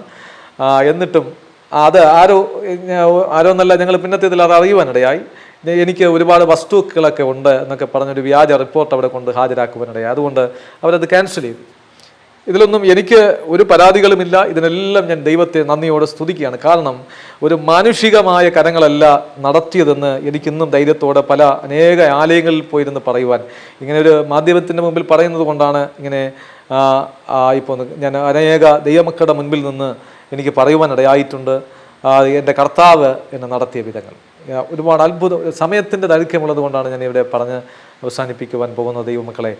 ഞാൻ ആ റൂമിൽ അതിങ്ങനെ ആരോ പറഞ്ഞു, ആ സഹായം അവിടെ നിലച്ചു. അത് പിന്നെ ഞങ്ങൾ അങ്ങോട്ട് പോയൊന്നും അന്വേഷിച്ചൊന്നുമില്ല. അവിടെ വേറൊരു നാട്ടിലുള്ള ഒരാൾ അവിടെ പോയി തിരക്കി പറഞ്ഞു, ഇങ്ങനെ ഒരു റിപ്പോർട്ട് അവിടെ വന്നിരിക്കുകയാണെന്ന് പറഞ്ഞു. ഞാൻ പറഞ്ഞു, ഇങ്ങനെയൊന്നുമില്ല, എൻ്റെ വസ്തുക്കളെല്ലാം വിറ്റു കഴിഞ്ഞു, അവരിതിനെ പോക്കുവരവ് എടുത്ത് കാണില്ലായിരിക്കാം, അവർ വിൽക്കാൻ വേണ്ടി, വേറൊരാളിന് വേണ്ടി വിൽക്കാൻ വേണ്ടി, മറിച്ചു വിൽക്കാൻ വേണ്ടിയാണ് വാങ്ങിയത് എന്ന് ഞാൻ പറഞ്ഞു. അത് അവർ അംഗീകരിച്ച് പിന്നെ എന്തൊക്കെ ചെയ്യുന്നത് എനിക്കറിയില്ല. അതെല്ലാം ഞാൻ ദൈവനാമത്തിൽ അതിനെക്കുറിച്ചൊരു അന്വേഷണമോ ഒന്നും ചെയ്തില്ല. ഇതിനിടയ്ക്കും ഒരുപാട് പേര് എൻ്റെ ഫോട്ടോകളൊക്കെ എടുത്ത് പലയിടത്തും കാണിച്ചു, പല പിരിവുകളൊക്കെ നടത്തി. അതൊന്നും എൻ്റെ കയ്യിലൊന്നും എത്തുവാനിടയായില്ല. അതിലൊന്നും എനിക്ക് പരാതികളോ ഒന്നുമില്ല. കാരണം സ്വർഗീയനാഥൻ നടത്തുന്ന വഴികളാണ് നമുക്ക് ഏറ്റവും ആവശ്യം, മനുഷ്യരിലല്ല. അങ്ങനെ കർത്താവ് തന്നെയാണ് അതിശയമായിട്ട് നടത്തുന്നതെന്ന് എനിക്ക് പറയുവാൻ കഴിയും. കുഞ്ഞുങ്ങളിങ്ങനെ വളർന്നുകൊണ്ടിരിക്കുകയാണ്. ഞാനിങ്ങനെ പുതിയ വീട് ലഭിച്ചു. 4.5 സെൻറ്റ് ഭൂമിയാണെങ്കിലും അവിടെ ഏകദേശം ഒരു നല്ല രീതിയിലുള്ള ഒരു ഭവനം പണിയുവാനിടയായി. അത് കഴിഞ്ഞ് ഈ ഭവനം പണിത് കഴിഞ്ഞ് കുറേ നാളുകൾ കഴിഞ്ഞപ്പോൾ അതിൻ്റെ കാര്യങ്ങളൊക്കെ പറഞ്ഞാൽ വളരെ അതിശയകരമാണ്. ചില സഹോദരന്മാർ വന്ന് പണികളൊക്കെ സഹായിക്കുവാനിടയായി. തട്ടിൻ്റെ പണി മൊത്തത്തിലൊരു സഹോദരൻ വന്ന് സഹായിക്കുവാനിടയായി. അദ്ദേഹം ഹൈന്ദവനായ ഒരു മനുഷ്യനാണെങ്കിൽ ഞങ്ങൾ നാട്ടുകാരനായതുകൊണ്ട് എന്നോടുള്ള സ്നേഹം ഞങ്ങൾ കാണുമ്പോൾ എപ്പോഴും സ്നേഹബന്ധത്തിലാണ്. ഞങ്ങൾ അങ്ങോട്ടും ഇങ്ങോട്ടും സ്നേഹവും തമാശയൊക്കെ പറയുന്ന വളരെ സൗമ്യനായ ഒരു മനുഷ്യൻ. അദ്ദേഹത്തിൻ്റെ അനിയൻ എൻ്റെ കൂടെ പഠിച്ചതാണ്. ദൈവത്തിന് സ്തോത്രം. അങ്ങനെ അദ്ദേഹം എന്നെ അവിടെ മറ്റു പണികളൊക്കെ സഹായിച്ചതുകൊണ്ടാണ് അവിടെ അങ്ങനെ ഒരു വീട് പണിയുവാൻ. ഈ 40,000 രൂപ മാത്രമേ ഞങ്ങളുടെ കയ്യിലുണ്ടായിരുന്നുള്ളൂ. ബാക്കി ചെറിയ ചെറിയ സഹായങ്ങളാണ്, ലോണുകളാണ് എടുത്തത്. 10,000, 5,000 ഇങ്ങനെയൊക്കെയാണ് എടുത്തത്. അതുകൊണ്ടൊന്നും ഒരു വീട് പൂർത്തിയാക്കാൻ കഴിയില്ല അന്നത്തെ രീതിയിൽ. എന്നാൽ അതെല്ലാം അതിന് കഴിഞ്ഞിട്ട് അതിൻ്റെ തറയുടെ പണി ഇതൊക്കെ ചെയ്യുവാനിടയായി. അങ്ങനെ ആ ഭവനത്തിലായിരിക്കുമ്പോഴും വ്രണം കരിയോ കൈകാലുകൾക്ക് വേറെ അവസ്ഥകളോ മാറ്റങ്ങളോ ഒന്നും ഉണ്ടായില്ല. എന്നെ നന്നായി എൻ്റെ കുഞ്ഞുങ്ങളും എല്ലാവരും ശുശ്രൂഷിച്ചു.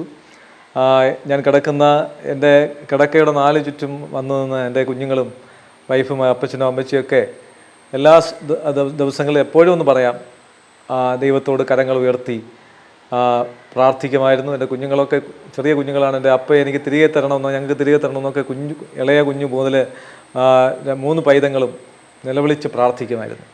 ഇപ്പോൾ പലപ്പോഴും ഭയങ്കരമായ സ്റ്റേജുകൾ, ഞാൻ ഈ പറഞ്ഞതുപോലെ മരണത്തെ മുഖാമുഖമായി ഇടയ്ക്കൊക്കെ കാണേണ്ട സമയങ്ങൾ വന്നിട്ടുണ്ടായിരുന്നു. പെട്ടെന്നൊക്കെ അസ്വസ്ഥതകൾ കൂടുകയും പ്രയാസപ്പെടുകയൊക്കെ ചെയ്തു. എങ്കിലും ശരീരത്തൊക്കെ ട്യൂബുകളാണെങ്കിലും കുറേ നാളുകൾ കഴിഞ്ഞപ്പോൾ ഞാൻ അല്പം ഒന്ന് എണീറ്റ് ഇരിക്കാനുള്ള കൃപ കർത്താവ് തന്നു. എഴുന്നേറ്റല്ല, സ്വന്തമായിട്ടല്ലെങ്കിലും പതുക്കെ എൻ്റെ കൈ ചെറുതായിട്ടൊന്ന് അനങ്ങി. അതിൻ്റെ ഫലമായി ചെറുതായിട്ടൊന്ന് കൈക്കൊരു ചെറിയ അനക്കം ലഭിച്ചു. അതുവരെയും ഏകദേശം 6 വർഷത്തോളം, ഞാൻ ഈ അപകടം പറ്റി 6 വർഷത്തോളം കഴിഞ്ഞിട്ടാണ്. അതുവരെയും എന്നെ ഈ ആഹാരം എനിക്ക് വാരിത്തരണം, പല്ല് ബ്രഷ് ചെയ്ത് തരണം, മറ്റൊന്നും എനിക്ക് ചെയ്യാൻ കഴിയില്ല. എല്ലാം മറ്റൊരാളുടെ സഹായം എൻ്റെ വൈഫ് നന്നായി ശുശ്രൂഷിക്കുവാനിടയായി.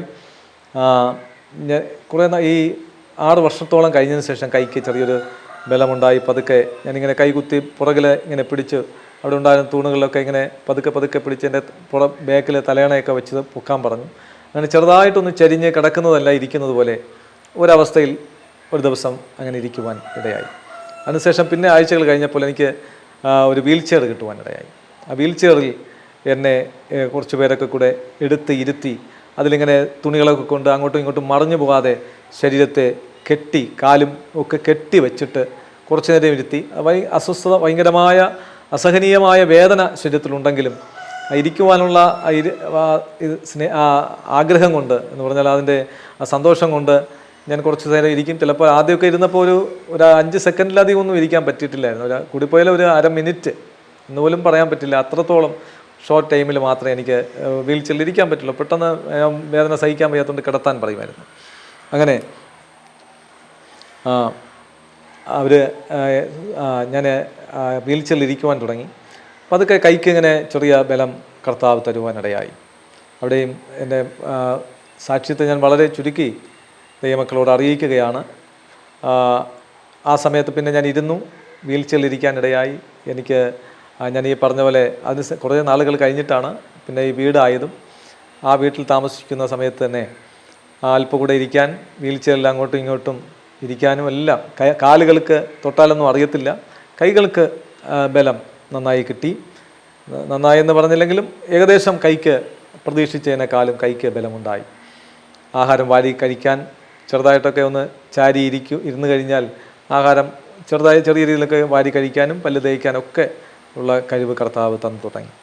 എല്ലാവർക്കും ഒരു അതിശയമായി മാറി. വ്രണത്തിന് ഒരു മാറ്റം ഉണ്ടായില്ല. വ്രണം അങ്ങനെ ഈ 6 വർഷങ്ങളൊക്കെ കഴിഞ്ഞതിന് ശേഷമാണ് ചെറുതായിട്ടത് കരിവാൻ തുടങ്ങിയത്. എന്ന് പറഞ്ഞാൽ അത് കരിയണമെങ്കിൽ ആ വലിയൊരു കുഴി അത് നികന്ന് വരണമെങ്കിൽ വളരെ പ്രയാസമുള്ളൊരു കാര്യമാണ്. അപ്പോൾ ഞങ്ങളൊരു ദിവസം പ്രാർത്ഥിച്ചിട്ടുണ്ടെങ്കിൽ ഞങ്ങളൊക്കെ കാണുന്ന പ്രാർത്ഥനയുടെ ആ മുറിവിനെ കുറിച്ച് പ്രാർത്ഥിക്കുന്ന സമയങ്ങളിലൊക്കെയും ആദ്യം കർത്താവ് കാണിച്ചൊരു കാഴ്ച പിന്നെയും അത് തന്നെയാണ് മനസ്സിലെപ്പോഴും ഉണ്ടായിരുന്നത്. ആവശ്യം വെച്ച് അങ്ങനെ തന്നെ ഞങ്ങൾ പ്രാർത്ഥിക്കുകയും ചെയ്യുമായിരുന്നു.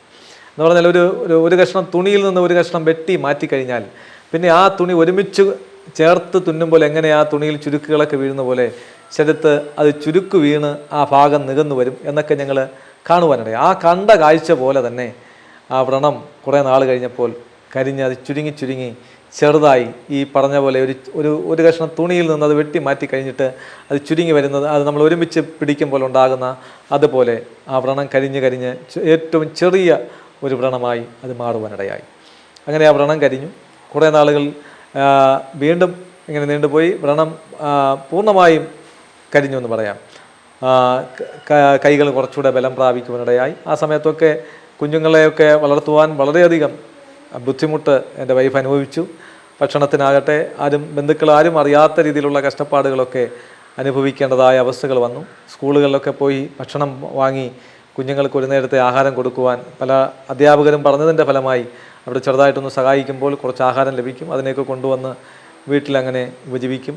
പിന്നെ കുറേ നാൾ കഴിഞ്ഞപ്പോൾ വൈഫ് ഒരു ചെറിയ കുറച്ച് തുണികളൊക്കെ കൊണ്ടു നടന്ന് അവിടെ വെള്ളനാടുള്ള ഓഫീസിലൊക്കെ ചില സ്റ്റാഫുകൾ ഇങ്ങനെയൊക്കെയുള്ള സ്ഥലങ്ങളിലൊക്കെ അവരൊക്കെ വാങ്ങുവാനിടയായി. ചില കടകളിൽ മറ്റേ ബേക്കറി ഇതുപോലെയുള്ള കടകളിലും ഒക്കെ കൊണ്ടു നടന്നും ചില അടുത്തുള്ള പ്രദേശങ്ങളിലൊക്കെ വീടുകൾ തോറും ഒക്കെ കൊണ്ടു നടന്ന് ഇതിങ്ങനെ വിറ്റ് അതിൽ നിന്ന് കിട്ടുന്ന വരുമാനം എടുത്ത് ഉപജീവനം ചെറിയ രീതിയിലൊക്കെ നടത്തി കുഞ്ഞുങ്ങളുടെ പഠനം ഇങ്ങനെ മുന്നോട്ട് പോയി. ദൈവകൃപയാൽ കുഞ്ഞുങ്ങളും നന്നായി പഠിച്ച സ്കൂളിൽ ഹയർ സെക്കൻഡറി അവിടെ +2 വരെ അവിടെ അവർ പഠിക്കുവാനിടയായി. അതിനുശേഷവും ഗവൺമെൻറ് സ്ഥാപനങ്ങളിൽ തന്നെ കുഞ്ഞുങ്ങൾക്ക് കോളേജ് പഠനങ്ങൾ നടത്തുവാനിടയായി. ആ സമയത്ത് ഏകദേശം ഇപ്പോൾ ഇന്ന് ഈ സംഭവം നടന്നിട്ട് 23 വർഷങ്ങൾ ആകുകയാണ്. ദൈവത്തിൻ്റെ മഹത്വം ഉണ്ടാകട്ടെ. 23 വർഷത്തോളം ആകുന്നു എൻ്റെ ജീവിതത്തിൽ ഇങ്ങനെ ഈ അപകടമുണ്ടായിട്ട്. ഞങ്ങളങ്ങനെ ഇരിക്കുന്ന സമയത്ത് എൻ്റെ ഭാര്യയുടെ പിതാവ് ഒരുക്കിയ ഒരു ആലയത്തിൽ ആരാധനയൊക്കെ മുടങ്ങി അവർ വാർദ്ധക്യമായി മറ്റ് പാസ്റ്റർമാരൊക്കെ ഏൽപ്പിച്ചതിൻ്റെ ഫലമായി അവരും ഇതിൽ നിന്ന് വരുമാനങ്ങളൊന്നുമില്ല എന്നുള്ള ഒക്കെ പേര് പറഞ്ഞ് അവിടെ ഒരു ആരാധന മുടങ്ങിക്കിടക്കുന്ന ഒരനുഭവം ഒരു ആലയത്തുണ്ടായി. അവിടെ ഞങ്ങൾ ആലയത്തിലേക്ക് ആരാധനയ്ക്ക് വേണ്ടി ഞങ്ങളവിടെ പോകാമെന്ന് ഞങ്ങൾ ഏൽക്കുവാനിടയായി. അതിനു മുൻപ് ഞാൻ അല്പം ഒന്ന് ഇരിക്കാൻ തുടങ്ങിയപ്പോൾ ഞങ്ങളുടെ കമ്പനി മുക്ക് IPC ഇന്നത്തെ IPC ചർച്ചിലായിരിക്കുന്ന പാസ്റ്റർ ബൈജു ബാലകൃഷ്ണൻ അവരുടെ ചർച്ചിൽ ഞങ്ങളിങ്ങനെ എന്നെ അവിടെ നിന്ന് വാഹനം കൊണ്ടുവന്ന് അവർ കൊണ്ടുപോയി അവരെ ഒരു മുകളിലത്തെ നിലയിൽ കൊണ്ടുപോയി അവിടെയാണ് ആരാധനാ സ്ഥലം. അവിടെ കൊണ്ടുപോയി ഇരുത്തി. അവിടെയും വീൽ ചെയറിൽ കുറച്ച് നേരമൊക്കെ ഇരിക്കാൻ കസേരയിൽ പില്ലോയൊക്കെ ഇട്ടിരുത്തി. അങ്ങനെയൊക്കെ ഞാൻ ആരാധനകളിൽ പങ്കെടുക്കുന്ന സമയത്താണ് കുറേ നാൾ കഴിഞ്ഞപ്പോഴാണ് ഒരു വാഹനം ഭാര്യ CC ഇട്ട് ഒരു ഓട്ടോ പലരുടെയും നിർദ്ദേശപ്രകാരം ഒരു ഓട്ടോ എടുത്താൽ നിങ്ങൾക്ക് അല്പം കൂടെ കച്ചവടമൊക്കെ നന്നായിട്ട് പോകാം എന്ന് പറഞ്ഞ് ഇതിനെ കുറച്ച് ദൂരം കൂടെ കൊണ്ടുപോകാം, പെട്ടെന്ന് വീട്ടിലെത്തേണ്ട സാഹചര്യങ്ങൾ വന്നാലും അപ്പോഴപ്പോഴായി വീട്ടിലെത്തണം, കാരണം ഞാനിങ്ങനെ അവസ്ഥ ആയതുകൊണ്ട്, എങ്കിലും അത് നിങ്ങൾക്ക് കൊണ്ടുപോകാമെന്ന് പറഞ്ഞൊരു വാഹനം എടുത്തു. പെട്ടെന്ന് വൈഫിനൊരു രോഗം വന്നു, ഒരു ഹെർണിയയുടെ രോഗം വന്നു. പെട്ടെന്ന് ഓപ്പറേഷൻ നടന്നു. പിന്നെ ആ വാഹനം ഓടിക്കാൻ വൈഫിനും പറ്റാതെ വാഹനം കൊണ്ട് വീട്ടിൽ വെറുതെ ഇട്ടേക്കായിരുന്നു. ഒരു വർഷത്തോളം അത് വെറുതെ ഇട്ടിരുന്നതിന് ശേഷം ഞാൻ ഒരാളോട് ആവശ്യപ്പെട്ടു, എൻ്റെ മൂത്ത സഹോദരിയുടെ മകളുടെ ഭർത്താവിനോട് ഞാൻ ആവശ്യപ്പെട്ടു, എന്നെ ഒന്ന് ആ വാഹനം എനിക്ക് ഓടിക്കത്തക്കായിട്ട് അതിൻ്റെ ബ്രേക്കുകളൊക്കെ ഒന്ന് കയ്യിൽ ചെയ്ത് അത് ഒന്ന് സജ്ജീകരണം ചെയ്ത് എനിക്ക് തരാമോ, ഞാൻ എന്നെ ഒന്ന് ഓടിച്ച് പഠിപ്പിക്കാമോ എന്ന് ചോദിച്ചു. അദ്ദേഹം മനസ്സോടെ ഇത് പറ്റില്ല എന്നൊക്കെ പറഞ്ഞെങ്കിൽ എന്നെ അദ്ദേഹം തന്നെ എടുത്തിരുത്തി അതിൽ ആദ്യമായിട്ടൊക്കെ എന്നെ കെട്ടിയൊക്കെയാണ് അതിൽ വെച്ചത്. ആ സീറ്റിനോട് കെട്ടിയൊക്കെ വെച്ച് എന്നെ ആ വാഹനം ഓടിച്ച് പഠിപ്പിച്ചു. ഞാൻ ആ വാഹനം ഓടിത്തുടങ്ങി. സ്വന്തമായി ഓടിച്ച് ആലയത്ത് പോകാൻ ഉള്ളതായ ഒരു 2-3 ദിവസം കൊണ്ട് തന്നെ അത് പഠിക്കുവാനിടയായി. പഠിച്ച് ആലയത്ത് പോകാനിടയായി. ബ്രേക്ക് കയ്യിൽ ഇങ്ങനെ ചെയ്തു. ഞങ്ങളങ്ങനെ സന്തോഷത്തോടെ പോയി. പിന്നെ അങ്ങനെ ഇരിക്കുമ്പോഴാണ് ഞാൻ നേരത്തെ പറഞ്ഞ ഈ ഒരു കർത്താവിൻ്റെ വേലസ്ഥലം ഇങ്ങനെ ശൂന്യമായി കിടക്കുന്നു എന്ന് അറിയുവാനിടയായി.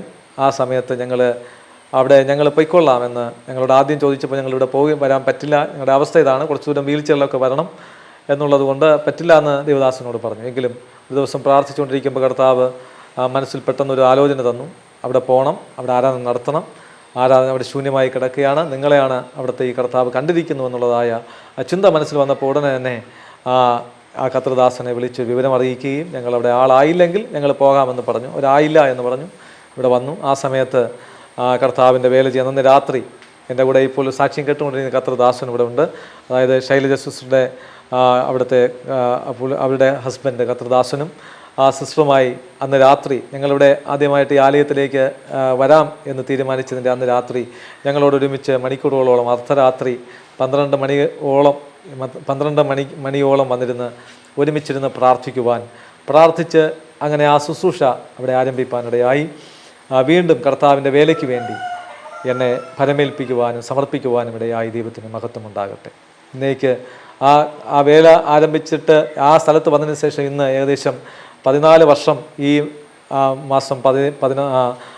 മാസത്തിൽ അടുത്ത ഓഗസ്റ്റ് മാസത്തിലാകുകയാണ് കർത്താവിൻ്റെ വേലയ്ക്ക് വേണ്ടി. അങ്ങനെ 13 വർഷം കൊണ്ട് ഈ ദേശത്ത് കർത്താവിൻ്റെ വേല ചെയ്യുന്ന ഇടത്ത് ആ ആലയത്തിലിരുന്നാണ് ഞാൻ ഇനി എൻ്റെ സാക്ഷ്യം ലഘുവായി പറഞ്ഞത്. ഇന്ന് ഈ ആലയത്തിൽ വരുന്നതിനൊരു വീൽ ചെയറിൻ്റെ ഒരു സഹായം, ഒരാളിൻ്റെ ഒരു സഹായം വളരെ ആവശ്യമാണ്. കാരണം വീൽ ചെയറിൽ പലപ്പോഴും ഇങ്ങോട്ട് വരാൻ ഒരാളിൻ്റെ സഹായമില്ലാതെ ഇങ്ങോട്ട് വരാൻ പറ്റാത്ത അവസ്ഥയാണ്. പലപ്പോഴും വീട്ടിൽ നിന്ന് ചിന്തിക്കാറുണ്ട്, ഒരു ഇലക്ട്രിക് ഒരു വീൽ ചെയർ ലഭിച്ചിരുന്നെങ്കിൽ സ്വന്തമായിട്ട് വന്ന് കുറച്ച് സമയം ഇരുന്ന് ആലയത്തിൽ നിന്ന് പ്രാർത്ഥിക്കുവാനൊക്കെയുള്ള ആഗ്രഹമുള്ളത് കൊണ്ട് ഇങ്ങനെ ആഗ്രഹിക്കാറുണ്ട്. എന്ന് അല്പം നേരത്തെ വരണമെങ്കിലും ഒരു വീൽ ചെയർ ആവശ്യമാണ്. അതിനുവേണ്ടി പ്രാർത്ഥിച്ചു കൊണ്ടിരിക്കുന്നു. ദൈവമക്കളുടെ എല്ലാവരുടെയും പ്രാർത്ഥന അതിനുവേണ്ടി ചോദിച്ചു. പ്രിയ ദൈവമക്കളെ, ഞാൻ ഇത്രയും സമയത്തിൻ്റെ ദൈർഘ്യം കൊണ്ടാണ് എൻ്റെ ജീവിതത്തിൽ ഞാൻ ചുരുക്കമായി പറഞ്ഞത്. എൻ്റെ ജീവിതത്തിൽ കടന്നു വന്ന എല്ലാ ശോധനകളുടെ മുൻപിലും കർത്താവിൻ്റെ കരം എന്നെ നടത്തുകയായിരുന്നു. പിശാച് തൂത്തെറിഞ്ഞ് കളയുവാൻ എന്ന് പറഞ്ഞാൽ ഉന്മൂലനം ചെയ്യുവാൻ പദ്ധതി ഒരുക്കിയപ്പോഴും കർത്താവിനൊരു പദ്ധതി ഉള്ളതുകൊണ്ട്, ദൈവത്തിനൊരു നിയോഗം എൻ്റെ മേലുള്ളതുകൊണ്ട് അത് കർത്താവിനെ വിടുവിപ്പാനും ഇന്ന് അനേക സ്ഥലങ്ങളിൽ ഒരു സ്വന്തമായി വാഹനം ഓടിച്ച് അന്ന് കർത്താവ് തന്ന ദൈവം ഒരുക്കിയ വിധങ്ങൾ പറഞ്ഞാൽ അതിൻ്റെ പുറകിൽ ഒരുപാട് സാക്ഷ്യങ്ങളുണ്ട്. ആ വാഹനത്തിൻ്റെ വിഷയങ്ങൾ തന്നെ പറഞ്ഞാൽ കർത്താവ് മുന്നമേ അതെല്ലാം ഒരുക്കി നമ്മൾ മറ്റൊരു പർപ്പസിന് വേണ്ടി അത് എടുത്തുവെങ്കിലും അതിനത് ഉപയോഗിക്കാതെ വണ്ണം ദൈവവേലയ്ക്ക് വേണ്ടി ഒരു പ്രതിഫലങ്ങളും കർത്താവ് തരുന്ന നന്മകൾ അതിശ്രേഷ്ഠമായതുകൊണ്ട് മറ്റൊരു പ്രതിഫലേച്ഛകളുമില്ലാതെ കർത്താവിൻ്റെ വേല ചെയ്യുവാൻ പൂർണ്ണമായ ആഗ്രഹവും സമർപ്പണവും ജീവിതത്തിൽ വീണ്ടും ഒരിക്കൽ കൂടെ ദൈവം തരുവാനിടയായി. എന്ന് പറഞ്ഞാൽ ഞാൻ എഴുന്നേറ്റ് നടന്ന് കർത്താവിൻ്റെ വേല ചെയ്തതിനേക്കാൾ ഉപരി എൻ്റെ യേശുവിനെ ഞാൻ കൂടുതൽ രുചിച്ച് മനസ്സിലാക്കുന്നത് ഈ സമയത്താണ്. കഷ്ടതകളൊന്നും ദൈവമക്കളെ തകർത്ത് കളയുവാനുള്ളതല്ല, അത് നമ്മളെ കർത്താവിൻ്റെ പദ്ധതിയിലേക്ക്, അവൻ്റെ നിയോഗത്തിലേക്ക് കൊണ്ടുവരുവാനുള്ളതാണ്. അത് ഇന്ന് 13 വർഷത്തോളം ആകുന്നു ഈ കർത്താവിൻ്റെ വേല ഞങ്ങൾ വീണ്ടും ഇവിടെ വന്ന് ഞങ്ങൾ ചെയ്യുവാൻ തുടങ്ങിയിട്ട്. ഇവിടെ അനേക ദൈവമക്കൾക്ക് ഒരാശ്വാസമായി മാറുവാൻ ഇവിടെ അടുത്തൊക്കെ ഉള്ള ഒരുപാട് സ്ഥലങ്ങളിൽ ഉള്ള ദൈവമക്കൾ അവരുടെ പ്രാർത്ഥനാ വിഷയങ്ങൾ പറയുകയും ഞങ്ങളോട് ഒരുമിച്ച് ആരാധനകളിൽ പങ്കെടുക്കുകയും സഹകരിക്കുകയും ഒക്കെ ചെയ്യുവാൻ ദൈവം സഹായിക്കുന്നു. ദൈവം അങ്ങനെ ഞങ്ങൾ നടത്തുന്നു. ഇതിനിടയിൽ എൻ്റെ മക്കളുടെ വിവാഹങ്ങൾ ഞാൻ ഈ പറഞ്ഞ സമയത്തിനുള്ളിൽ കഴിഞ്ഞു. സാക്ഷ്യം വളരെ ചുരുക്കമായി പറഞ്ഞതുകൊണ്ടാണ്. വിവാഹങ്ങൾ കഴിഞ്ഞു. മൂത്ത മകൾക്ക് ഇന്ന് 2 കുഞ്ഞുങ്ങളുണ്ട്. അവരും കർത്താവിൻ്റെ വേലയിൽ ഞങ്ങളോടുകൂടെ സഹകരിക്കുന്നു. ഈ ആലയത്തിൽ അവർ സഹകരിക്കുന്നു. രണ്ടാമത്തെ മകൾ വിവാഹിതയായി, അവൾക്കും 2 കുഞ്ഞുങ്ങളെ കർത്താവ് കൊടുത്തു. ഇളയ മകൾ വിവാഹിതയായി, അവൾക്കും കർത്താവ് ഒരു കുഞ്ഞു കൊടുത്തു. അങ്ങനെ 5 പേരക്കുഞ്ഞുങ്ങൾ ഞങ്ങൾക്ക് കർത്താവ് തരുവാനിടയായി. അങ്ങനെ മരുമക്കൾ, കൊച്ചുമക്കളെന്നുള്ള ആ സന്തോഷത്തോടെ ഇന്ന് കർത്താവ് നടത്തുന്നു. അതിനേക്കാൾ എല്ലാറ്റിലും ഉപരി ഞങ്ങൾ കുടുംബമായി, കുഞ്ഞുങ്ങളായി സന്തോഷത്തോടെ കർത്താവിൻ്റെ വേല ചെയ്യുന്നു. ഈ ലോകത്തിൽ ഒരിടത്തും ലഭിക്കാത്ത ദൈവിക സമാധാനം ഞാൻ അനുഭവിക്കുന്നുവെന്ന് എനിക്ക് തീർച്ചയായിട്ടും പറയുവാൻ കഴിയും. എൻ്റെ കർത്താവ് ജയാളിയായി ജയത്തോടെ എന്നെ നടത്തുന്നു, പുലർത്തുന്നു, പരിപാലിക്കുന്നു. അതിനായി ഞാൻ ദൈവത്തെ സ്തുതിക്കുന്നു. എൻ്റെ സാക്ഷ്യം ഇത്രയും പറയുവാൻ, നിങ്ങളോട് അറിയിപ്പാൻ ഈ അവസരം എനിക്ക് ലഭിച്ചതിൽ ഞാൻ സന്തോഷിക്കുന്നു.